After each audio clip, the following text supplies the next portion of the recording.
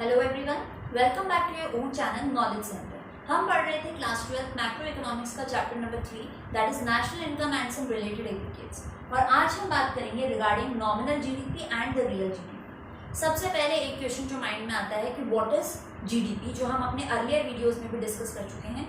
GDP is known as the gross domestic product, यानी पूरे साल भर में, पूरे अकाउंटिंग ईयर में आपकी इकोनॉमी के अंदर, आपके नेशन के अंदर टोटल कितने फाइनल गुड्स एंड सर्विसेज का प्रोडक्शन हुआ है, that is known as the GDP और the gross domestic product. Now this GDP is being classified into two types. दो टाइप की जीडीपी होती है, first is nominal GDP and second one is real GDP. तो सबसे पहले बात करते हैं रिगार्डिंग नॉमिनल जीडीपी कि नॉमिनल जीडीपी क्या होता है।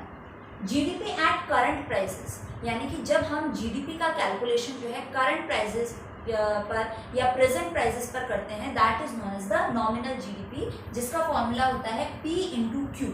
यहाँ पर P हमें क्या शो कर रहा है, करंट ईयर के प्राइसेस, एंड Q हमें क्या शो कर रहा है, quantity of final goods and services produced in the domestic territory during an accounting year, यानी पूरे अकाउंटिंग ईयर के दौरान आपकी इकोनॉमी के अंदर कितने फाइनल गुड्स एंड सर्विसेज का प्रोडक्शन हुआ है, that is signified by this Q। So again I am repeating, nominal GDP क्या होता है, जीडीपी एट करंट प्राइसेस, जिसका फॉर्मूला है P इंटू क्यू। P यहाँ पर है करंट प्राइसेस एंड Q है quantity of goods and services, final goods and services produced. Now अब हम आते हैं रियल जीडीपी पे कि what is real GDP. Real GDP क्या होता है, GDP eight prices of base year, यानी कि जब हम बेस ईयर के प्राइसेस को लेकर जीडीपी का कैलकुलेशन करते हैं, that is known as real GDP. Now one more question arises, what is this base year. ये बेस ईयर क्या होता है।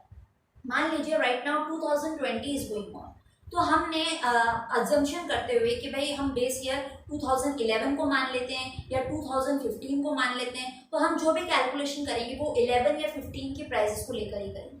अब पर्टिकुलरली हमने 11 या 15 की ही प्राइसेस को लेकर जीडीपी का कैलकुलेशन क्यों किया है, why not 12, why not 13, why not 14। Base year हम पर्टिकुलरली एक ऐसा ईयर लेते हैं जिसमें कि प्राइसेस के अंदर बहुत ज़्यादा फ्लक्चुएशंस या वेरिएशंस न हो। हम ये मानते हैं कि ये वो ईयर है जिसमें प्राइसेस के अंदर एक स्टेबिलिटी बनी हुई है और बहुत ज़्यादा बड़े या यूँ कह लीजिए कि बहुत ज़्यादा इम्पैक्ट डालने वाले वेरिएशंस ना आए हों। ऐसे वेरिएशंस ना आए हों जिनकी वजह से जीडीपी में बहुत ज़्यादा उतार चढ़ाव हुआ हो या नेशनल इनकम में बहुत बड़ा इंक्रीज या डिक्रीज हुआ हो। जैसे हम एग्जाम्पल ले सकते हैं ईयर 2017। ईयर 2017 में जो है जीएसटी लागू हुआ था, तो हम कभी भी अपने किसी भी कैलकुलेशन में 2017 को बेस ईयर नहीं मानेंगे। क्यों? क्योंकि जीएसटी लागू होने की वजह से उस दौरान की जो नेशनल इनकम की कैलकुलेशन थी उसमें काफी उतार चढ़ाव रहा था, जीडीपी में काफी फ्लक्चुएशंस रहे थे, इसलिए हम 2017 को बेस ईयर कंसिडर नहीं करेंगे। तो कहने का मतलब है कि बेस ईयर हमारा कौन सा ईयर होगा जिसमें प्राइसेस स्टेबल रहे हों, बहुत ज्यादा फ्लक्चुएशंस, बहुत ज्यादा वेरिएशंस ना आए। तो हम बात कर रहे थे रियल जीडीपी की। रियल जीडीपी में हम क्या करते हैं, जीडीपी कैलकुलेट करते हैं by taking the prices of base year. इसको हम एक और नाम से जानते हैं, GDP at the rate constant prices. यहाँ हमने लिए थे करंट प्राइसेस, यहाँ हम लेंगे constant prices. Constant prices means the same thing कि जब बेस ईयर का प्राइस ही आप लेते हो, प्राइस को चेंज नहीं करते हो, सेम प्राइस से आप कैलकुलेशन करते रहते हो। यहाँ पर जो है प्राइसेस चेंज होते रहते हैं क्योंकि एवरी ईयर आपका करंट प्राइस जो है वो चेंज होगा, लेकिन यहाँ पर जो है कांस्टेंट प्राइस है, प्राइस वही रहेगा जो आपका बेस ईयर का प्राइस था। क्या चेंज होती है इसमें, क्वांटिटी चेंज होती है। Okay, so this was all about the nominal GDP and real GDP. एक एग्जांपल से इसको हम समझ लेते हैं। देखो दिस इज द क्वांटिटी। मान लीजिए कोई प्रोडक्ट है A, B and C. Okay, now A के हमारे पास 100 यूनिट्स हैं, बी के हमारे पास 50 यूनिट्स हैं, सी के हमारे पास 20 यूनिट्स हैं। दिस इज वॉज पीबी, यानी कि price of the base year. अब यहाँ पर बेस ईयर का प्राइस हमने लिया है 100 फॉर ए, बी जो है वो 50 रुपीज में मिलता था एंड सी जो है वो 10 रुपीज में मिलता था। नाउ दिस इज पी, यानी कि करंट ईयर का प्राइस। अब करंट ईयर के प्राइस में हम मान लेते हैं कि ए जो है वो करंट में आपको 300 में मिलता है, बेस ईयर में हमको 100 रुपीज में मिलता था, अब 300 में मिल रहा है। बी जो है वो बेस ईयर में 50 में मिलता था, अब 150 में मिल रहा है, एंड सी जो है वो बेस ईयर में 10 रुपीज में मिलता था, अब 40 रुपीज में मिल रहा है। तो हम क्या करेंगे, सबसे पहले तो क्वांटिटी को जो है बेस ईयर के प्राइस से मल्टीप्लाई कर देंगे। तो 100 into 100 10,000, 50 into 50 2500 and 20 into 10 that is 200। यानी कि हमने अपनी क्वांटिटी और बेस ईयर का जो प्राइस है उसको मल्टीप्लाई करके प्रोडक्ट निकाल दिया है। नेक्स्ट इज हम मल्टीप्लाई करेंगे क्वांटिटी को करंट ईयर के प्राइस से। So 100 into 300 will be 30,000, 50 into 150 will be 7,500 and 20 into 40 will be 800। Again हमने क्या किया है, जो हमारा करंट ईयर का प्राइस है और क्वांटिटी है उसका प्रोडक्ट निकाल लिया है। अब हम क्या करते हैं, जीडीपी के लिए पूरा सम निकालते हैं, टोटल निकालते हैं of all the final goods and services. तो यहाँ पर भी जो है हम टोटल ले लेंगे 12,700 जो कि आया है हमारा रियल जीडीपी। क्योंकि रियल जीडीपी जो है हम बेस ईयर के प्राइस पे लेते हैं, तो बेस ईयर वाले प्राइस का हमारा जो भी सम आया है that is our real GDP. And current year पे हम जो है नॉमिनल जीडीपी कैलकुलेट करते थे, तो करंट ईयर पे हमारा जो भी सम आया है 38,300 that is your nominal GDP. तो अगेन मीन्स जो कंक्लूजन निकल के आ रहा है कि रियल जीडीपी में जो है प्राइस चेंज नहीं होता है, क्वांटिटी इज चेंजिंग। और नॉमिनल जीडीपी में जो है प्राइस भी चेंज हो सकता है, क्वांटिटी भी चेंज हो सकता है। सो नाउ देखो, अब हम ये कंक्लूजन ड्रॉ कर सकते हैं कि नॉमिनल जीडीपी और रियल जीडीपी में से ज्यादा प्रॉफिटेबल मेजर इकोनॉमी के लिए कौन सा है, रियल जीडीपी। कैसे?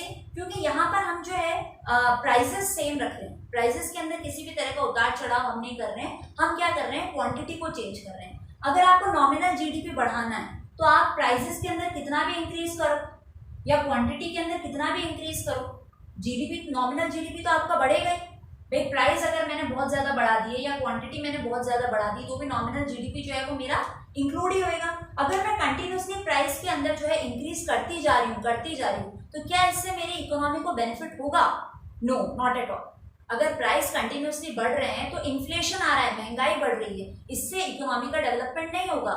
इकोनॉमी का डेवलपमेंट होगा क्वांटिटी में इंक्रीज करने से, कि भाई आपके देश के अंदर फाइनल गुड्स एंड सर्विसेज कितने प्रोड्यूस हो रहे हैं ड्यूरिंग एन अकाउंटिंग ईयर, उनको इंक्रीज करो, ना कि प्राइसेस को इंक्रीज करो। यहाँ पर अगर हम कंटिन्यूसली प्राइस इंक्रीज करेंगे तो उससे सिर्फ और सिर्फ देश के अंदर महंगाई बढ़ेगी, इन्फ्लेशन बढ़ेगा। अगर हम चाहते हैं डेवलपमेंट करना तो हमें क्वांटिटी को इंक्रीज करना होगा। इसलिए जब हम दोनों मेजर्स को कंपेयर करते हैं, नॉमिनल जीडीपी और रियल जीडीपी को अगर हम कंपेयर करते हैं तो इकोनॉमी के पॉइंट ऑफ व्यू से ज्यादा प्रॉफिटेबल है रियल जीडीपी, क्योंकि इसके अंदर आप किसी भी तरह का इन्फ्लेशन नहीं कर रहे हो, महंगाई नहीं बढ़ा रहे हो, प्राइसेस जो है वो सेम रहेंगे, कांस्टेंट रहेंगे।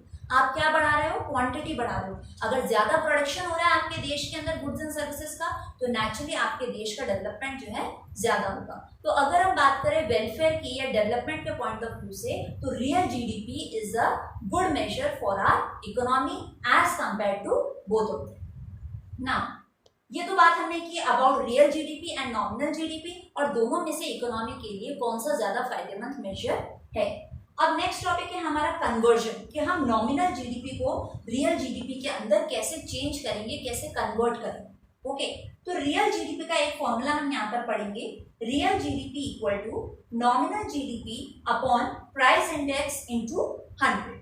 अब हमने पढ़ा कि रियल जीडीपी क्या होता है एंड नॉमिनल जीडीपी क्या होता है, वो अभी हम पढ़ चुके हैं।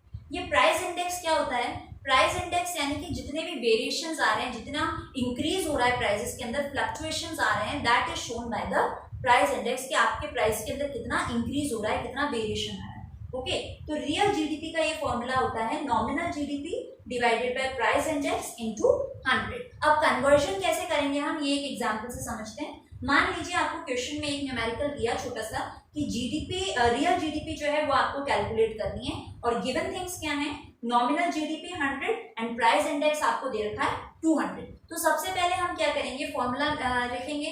Formula is very important to be written in the examination because you are getting marks for that also.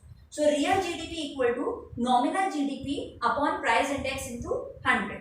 Now real GDP जो है वो हमें कैलकुलेट करना है। हमें नॉमिनल जीडीपी जो है क्वेश्चन में गिवन है 100, price index is also given to us that is 200। So 100 upon 200 into 100 जो हमारा रियल जीडीपी निकल के आएगा दैट विल बी 50। तो इस एग्जांपल में हमने क्या किया है, रियल जीडीपी को जो है हमने पढ़ा कि नॉमिनल जीडीपी को रियल जीडीपी में हम कैसे कन्वर्ट करते हैं। कहने का मतलब है कि अगर हमें नॉमिनल जीडीपी और प्राइस इंडेक्स गिवन हो तो किस तरह हम जो है रियल जीडीपी निकाल सकते हैं यूजिंग द फॉर्मूला। तो आज के वीडियो में हमने पढ़ा कि what is nominal GDP and what is real GDP, और दोनों में से कौन सा प्रॉफिटेबल है regarding the welfare and development of the economy, और किस तरह हम जो है नॉमिनल जीडीपी को रियल जीडीपी में कन्वर्ट कर सकते हैं।